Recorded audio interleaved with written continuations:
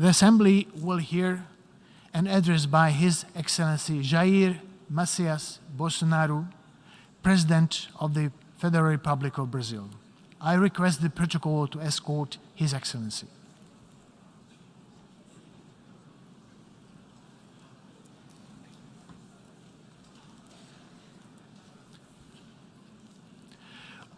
On behalf of the General Assembly, I have the honor to welcome His Excellency Jair Messias Bolsonaro, President of the Federal Republic of Brazil, and to invite him to address the Assembly.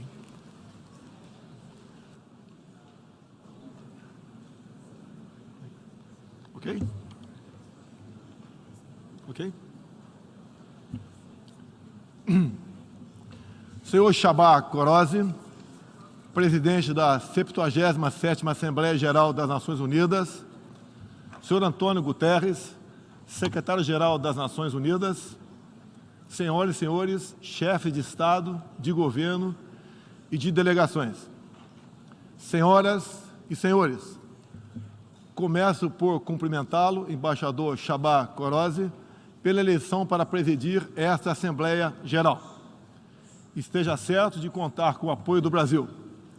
O tema escolhido para este debate geral gira em torno de um conceito que se aplica perfeitamente ao momento que vivemos, um divisor de águas.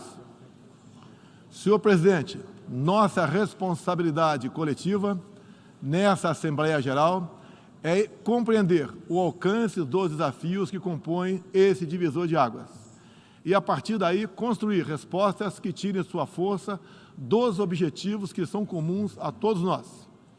A tarefa não é simples, mas, a rigor, não temos alternativa.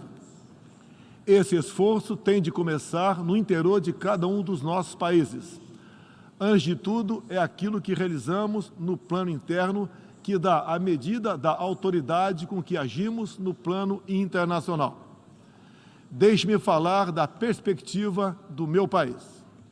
Quando o Brasil se manifesta sobre a agenda da saúde pública, fazemos isso com a autoridade de um governo que, durante a pandemia da Covid-19, não poupou esforços para salvar vidas e preservar empregos. Como tantos outros países, concentramos nossa atenção, desde a primeira hora, em garantir um auxílio financeiro emergencial aos mais necessitados. O nosso objetivo foi proteger a renda das famílias para que elas conseguissem enfrentar as dificuldades econômicas decorrentes da pandemia. Beneficiamos mais de 68 milhões de pessoas, o equivalente a 1/3 da nossa população. Em paralelo, lançamos um amplo programa de imunização, inclusive com produção doméstica de vacinas. Somos uma nação com 210 milhões de habitantes e já temos mais de 80% da população vacinada contra a Covid-19. Todos foram vacinados de forma voluntária, respeitando a liberdade individual de cada um. Da mesma forma, no terreno da economia, o Brasil traz a autoridade de um país que, em nome de um crescimento sustentável e inclusivo, vem implementando reformas para a atração de investimentos e melhorias das condições de vida de sua população. No meu governo, extirpamos a corrupção sistêmica que existia no país.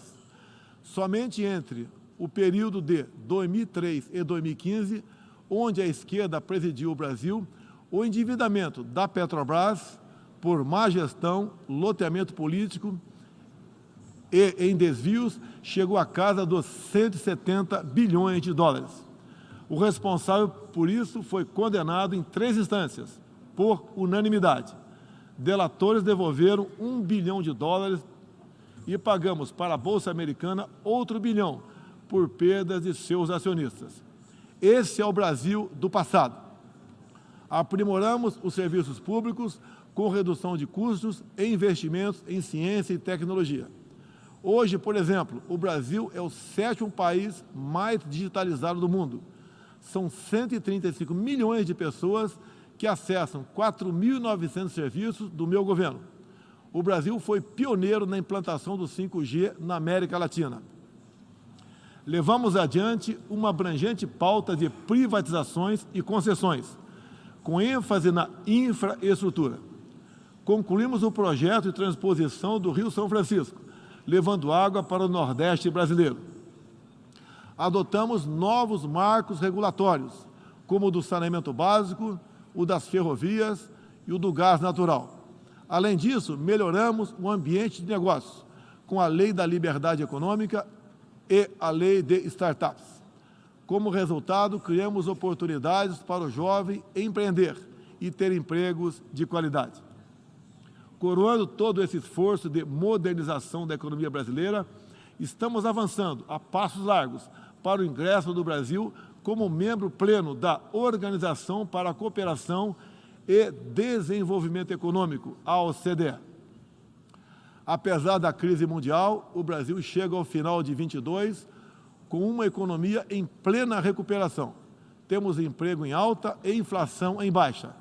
A economia voltou a crescer. A pobreza aumentou em todo o mundo sob o impacto da pandemia. No Brasil, ela já começou a cair de forma acentuada. Os números falam por si só. A estimativa é de que, no final de 2022, 4% das famílias brasileiras estejam vivendo abaixo da linha da pobreza extrema. Em 2019, eram 5,1%.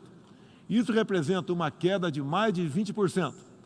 O Auxílio Brasil, programa de renda mínima criado no meu governo durante a pandemia, que atende 20 milhões de famílias, faz pagamentos de quase $4 por dia às mesmas.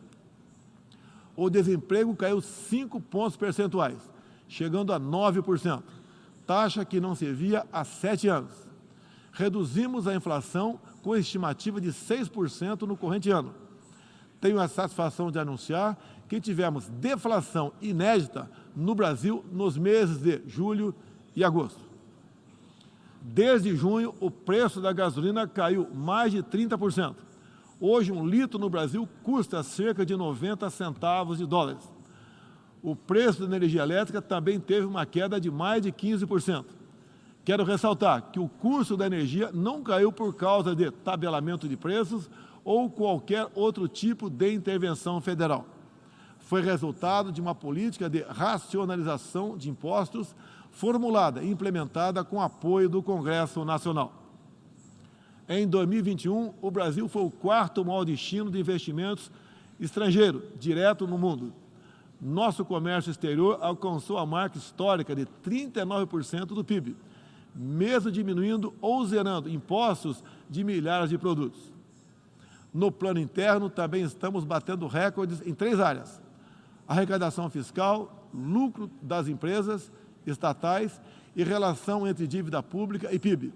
Aliás, em 2021, tivemos superávit no resultado consolidado de contas públicas.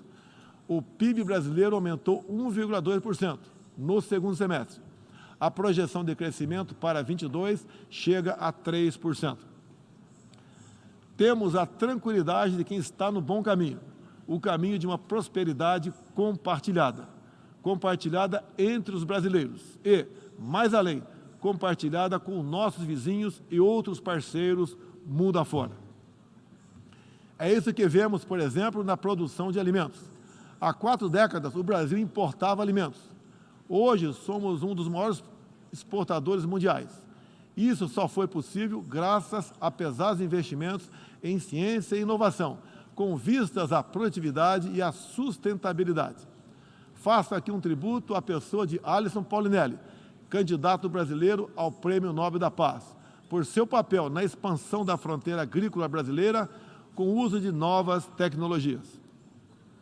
Este ano, o Brasil já começou a colheita da maior safra de grãos da nossa história. Estima-se pelo menos 270 milhões de toneladas. O Brasil também, em poucos anos, passará de importador a exportador de trigo. Para o período de 22, 23, a previsão é que a produção total ultrapasse os 300 milhões de toneladas. Como afirmou a diretora-geral da Organização Mundial do Comércio, em recente visita que nos fez, se não fosse o agronegócio brasileiro, o planeta passaria fome, pois alimentamos mais de 1 bilhão de pessoas ao redor do mundo. O nosso agronegócio é orgulho nacional. Senhor presidente, quero lembrar que, também na área do desenvolvimento sustentável, o patrimônio de realizações do Brasil é fonte de credibilidade para a ação internacional do nosso país. Em matéria de meio ambiente e desenvolvimento sustentável, o Brasil é parte da solução e referência para o mundo. 2/3 de todo o território brasileiro permanecem com vegetação nativa, que se encontra exatamente como estava quando o Brasil foi descoberto em 1500. Na Amazônia brasileira, área equivalente à Europa Ocidental, mais de 80% da floresta continua intocada, ao contrário do que é divulgado pela grande mídia nacional e internacional. É fundamental que, ao cuidarmos do meio ambiente, não esqueçamos das pessoas. A região amazônica abriga mais de 20 milhões de habitantes, entre eles indígenas e ribeirinhos, cuja subsistência depende de algum aproveitamento econômico da floresta. Levamos internet a mais de 11 mil escolas rurais e a mais de 500 comunidades indígenas. O Brasil começou sua transição energética há quase meio século, em reação às crises do petróleo daquela época. Hoje temos uma indústria de biocombustíveis moderna e sustentável. Indústria que contribui para a matriz energética mais limpa entre os países do G20. Cerca de 84% da nossa matriz elétrica atualmente é renovável. E esse é o objetivo que muitos países desenvolvidos esperam alcançar somente depois de 2040 ou 2050. No ano passado, o Brasil foi escolhido pelas Nações Unidas como o país campeão da transição energética. Temos capacidade para ser um grande exportador mundial de energia limpa. Contamos com um excedente já em construção, que pode chegar a mais de 100 gigawatts, entre biomassa, eólica, terrestre e solar, além da oportunidade ainda não explorada de eólicas marítimas de 700 gigawatts, com um dos menores custos de produção do mundo. Essas fontes produzirão hidrogênio verde para exportação. Parte dessa energia 100% limpa abre a possibilidade de sermos fornecedores de produtos industriais altamente competitivos, especialmente no Nordeste brasileiro, com uma das menores pegadas de carbono do mundo. A agenda do desenvolvimento sustentável é afetada de várias maneiras pelas ameaças à paz e à segurança internacional. Erguemos as Nações Unidas em meio aos escombros da Segunda Guerra Mundial. O que nos motivava naquele momento era a determinação de evitar que se repetisse o ciclo de destruição que marcou a primeira metade do século XX. Até certo ponto, podemos dizer que fomos bem-sucedidos. Mas hoje, o conflito na Ucrânia serve de alerta. Uma reforma da ONU é essencial para encontrarmos a paz mundial. No caso específico do Conselho de Segurança, após 25 anos de debates, está claro que precisamos buscar soluções inovadoras. O Brasil fala desse assunto com base em uma experiência que remonta aos primórdios da ONU. É pela 11ª vez que ocupamos assento não permanente no Conselho. Temos buscado dar o melhor de nós para a solução pacífica e negociada dos conflitos internacionais, sempre guiados pela Carta da ONU e pelo direito internacional. O Brasil também tem um longo histórico de participação em missões de paz da ONU. De Suez a Angola, do Haiti ao Líbano, sempre estivemos ao lado da manutenção da paz. Também contribuímos para a paz ao abrirmos nossas fronteiras para aqueles que buscam uma chance de reconstruir suas vidas em nosso país. Desde 2018, mais de 6 milhões de irmãos venezuelanos foram obrigados a deixar seu país. Muitos deles vieram para o Brasil.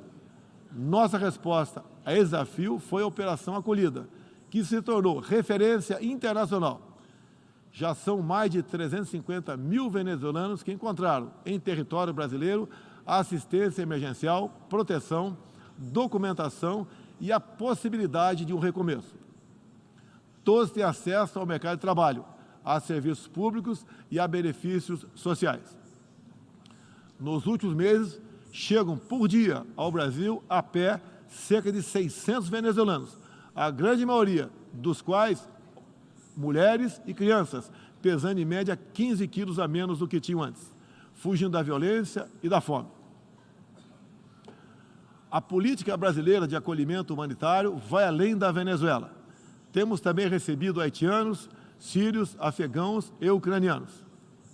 Senhor presidente, o conflito na Ucrânia já se estende por 7 meses e gera apreensão não apenas na Europa, mas em todo o mundo. Quero, em primeiro lugar, renovar o agradecimento do Brasil aos países que ajudaram na evacuação de brasileiros que se encontravam na Ucrânia quando começou o conflito. Refiro-me especialmente à Eslováquia, Hungria, Polônia, Romênia e República Tcheca. A operação foi exitosa. Não deixamos ninguém para trás, nem mesmo seus animais de estimação. Diante do conflito em si, o Brasil tem se pautado pelos princípios do direito internacional e da Carta da ONU. Princípios que estão consagrados também em nossa Constituição. Defendemos um cessar-fogo imediato, a proteção de civis e não combatentes, a preservação da infraestrutura crítica para assistência à população e a manutenção de todos os canais de diálogo entre as partes em conflito. Esses são os primeiros passos para alcançarmos uma solução que seja duradoura e sustentável. Temos trabalhado nessa direção. Nas Nações Unidas e em outros fóruns, temos tentado evitar o bloqueio dos canais de diálogo, causado pela polarização em torno do conflito. É nesse sentido que somos contra o isolamento diplomático e econômico. As consequências do conflito já se fazem sentir nos preços mundiais de alimentos, de combustíveis e de outros insumos. Esses impactos nos colocam a todos na contramão dos objetivos do desenvolvimento sustentável. Países que se apresentavam como líderes da economia de baixo carbono, agora passaram a usar fontes sujas de energia. Isso configura um grave retrocesso para o meio ambiente. Apoiamos todos os esforços para reduzir os impactos econômicos dessa crise, mas não acreditamos que o melhor caminho seja a adoção de sanções unilaterais e seletivas, contrárias ao direito internacional. Essas medidas têm prejudicado a retomada da economia e afetado os direitos humanos de populações vulneráveis, inclusive em países da própria Europa. A solução para o conflito da Ucrânia será alcançada somente pela negociação e pelo diálogo. Faço aqui um apelo às partes, bem como a toda a comunidade internacional. Não deixe escapar nenhuma oportunidade de pôr fim ao conflito e de garantir a paz. A estabilidade, a segurança e a prosperidade da humanidade correm sério risco se o conflito continuar. Senhor presidente, tenho sido um defensor incondicional da liberdade de expressão. Além disso, no meu governo, o Brasil tem trabalhado para trazer o direito à liberdade de religião para o centro da agenda internacional de direitos humanos.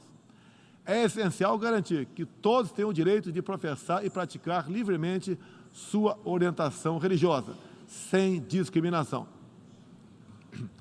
Quero aqui anunciar que o Brasil abre suas portas para acolher os padres e freiras católicos que têm sofrido perseguição do regime ditatorial da Nicarágua.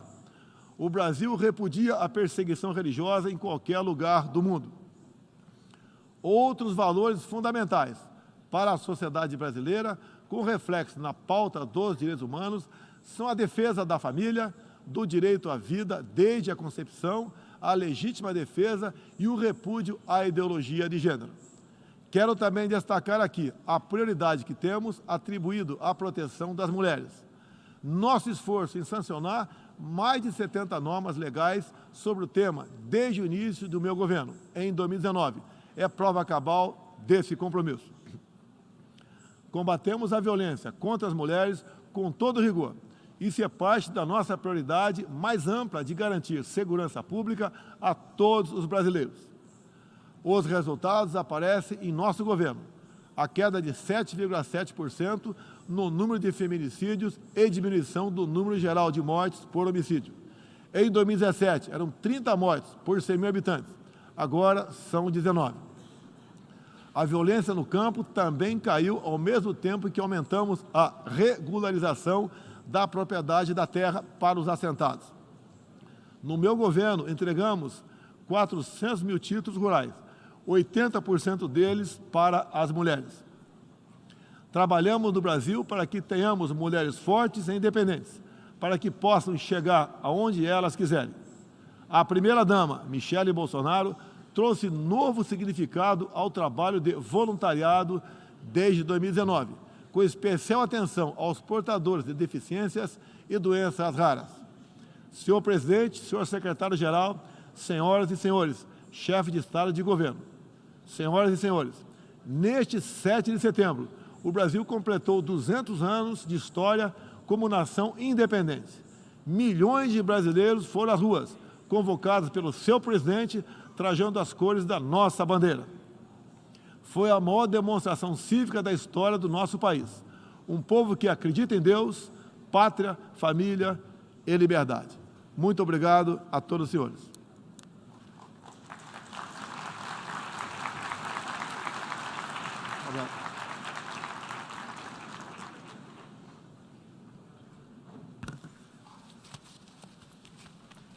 On behalf of the Assembly, I wish to thank the President of the Federal Republic of Brazil for the statement just made, and I request the protocol to escort His Excellency.